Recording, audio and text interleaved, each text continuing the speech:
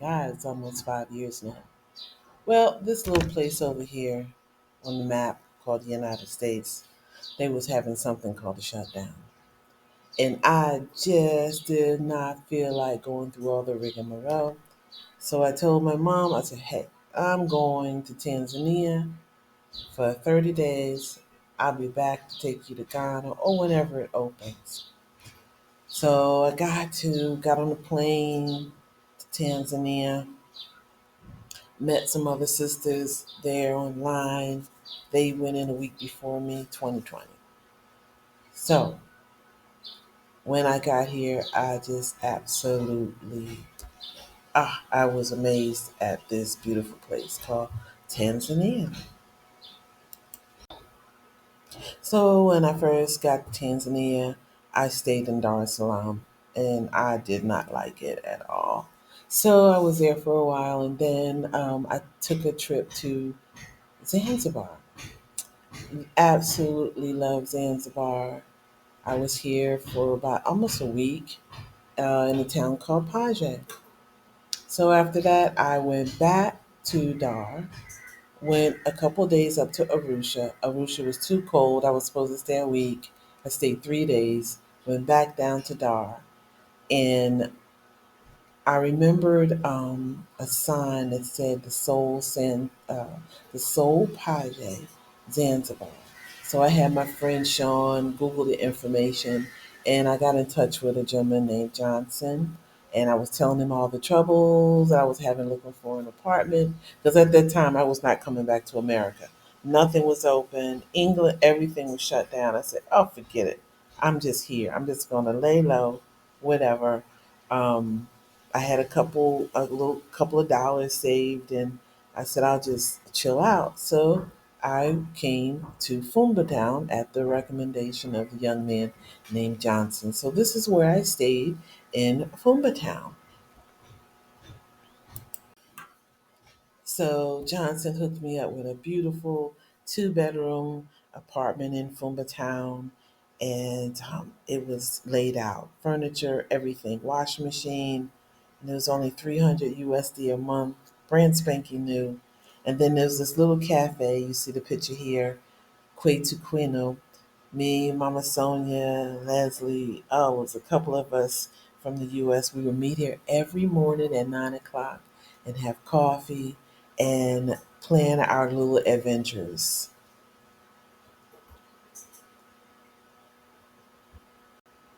So, with our little cafe group every day at 9 o'clock, I told them, I said, listen, you guys, we have to go to Paja. And it's like, oh, what's Paja, Paja?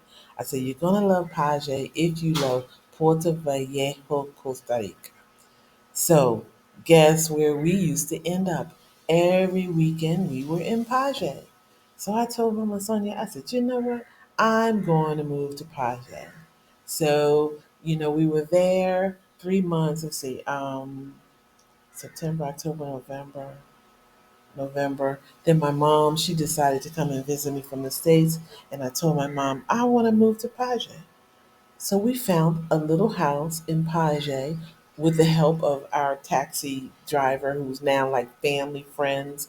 The beauty of coming here in 2020 is that there were hardly any tourists because of the shutdown.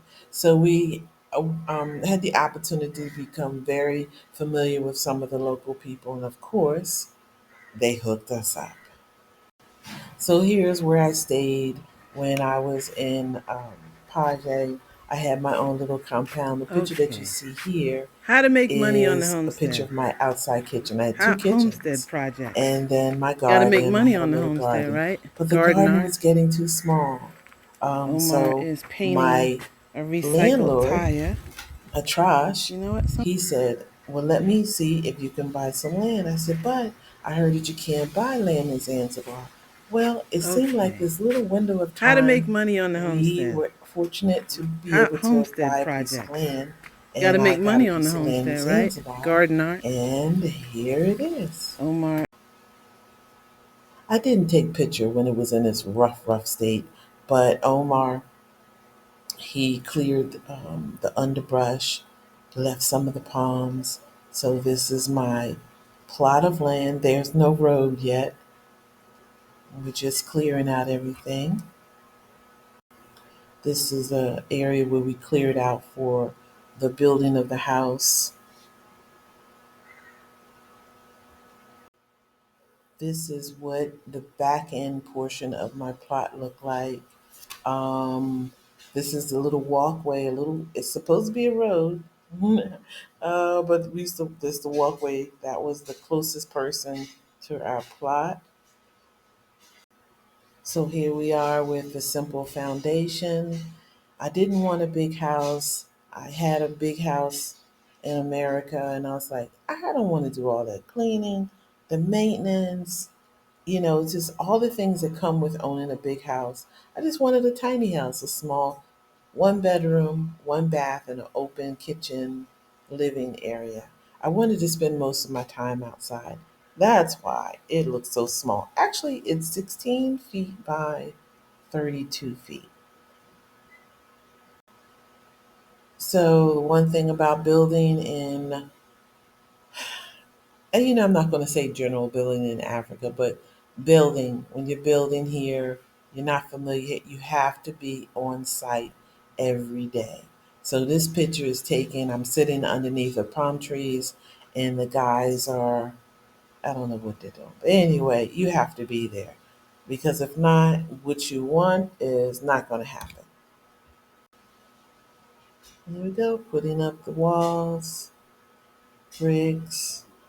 Um, I had no idea they even had scaffolding on the island because I would have rented scaffolding because they punch holes in the wall to make these makeshift scaffolds. I was like, why punch holes in the wall? Here's another view of the walls, exterior walls finished. Here's a picture of the guys putting up the roof, and my roof was kind of deliberate because I wanted to be able to catch rainwater. Even though I was there on site every day, the roof still wasn't the way I wanted.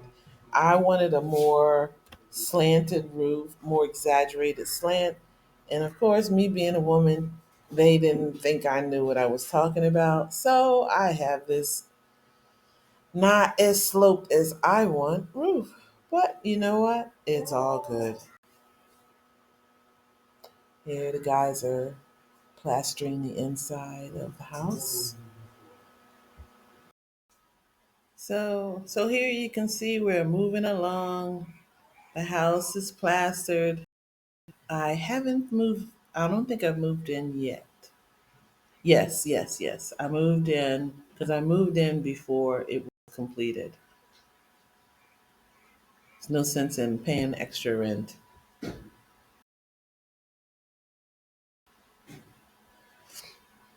And here's the kitchen being put in. We were using the kitchen. It's a bit of a mess. There, and that blue container is out. Filtered waters container. The well was put in. There's the well tower that you see in the back. Moving along. This picture is probably a year. This is after the first rainy season. I would have had more bananas, but I didn't have any type of fencing, and the neighbor's goats came and ate like 30 of my banana plants. But there's one banana plant in the back, and the rest are pigeon peas. So within 1 year, we had some type of food. Oh, and there's a papaya. And here we are. We're establishing our garden. We have pumpkin, mchicha, corn. I never had any luck with corn, but those pumpkin leaves are absolutely delicious. So I would say the first 2 years was just a lot of planting, a lot of landscaping, just putting in things that we could eat, a lot of perennials. Most of our cooking is outside, but my second season, I decided to put in a little country kitchen, just something simple. I'm not in for the flashy. I've had the kitchens with the marble and the stainless steel, and he just want to live modestly. So I just got a local guy to come and build me a little country kitchen. For a couple of months, we even had chickens.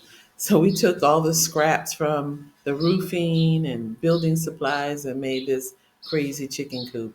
But the chickens didn't stay.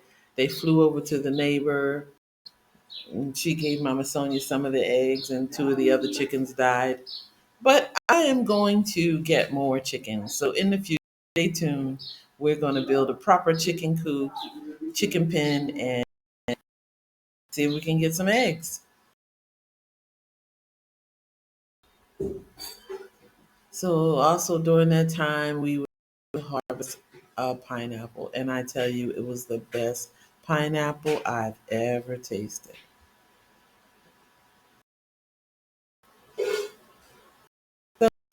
Family, friends coming. We needed place, little private cabin, so we built two for friends and family to come and stay. We have an outdoor kitchen, outdoor shower bath.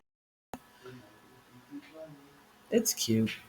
It's grown up now. We have a little bit more things available.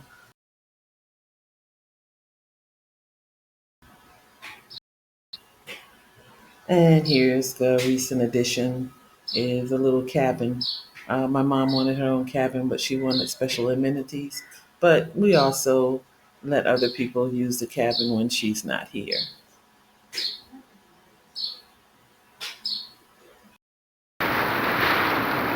So this is just a quick look at our 3 years here living in the United States. I hope you enjoyed it. If you have any questions, you can always reach out to us at optioncoaching@gmail.com.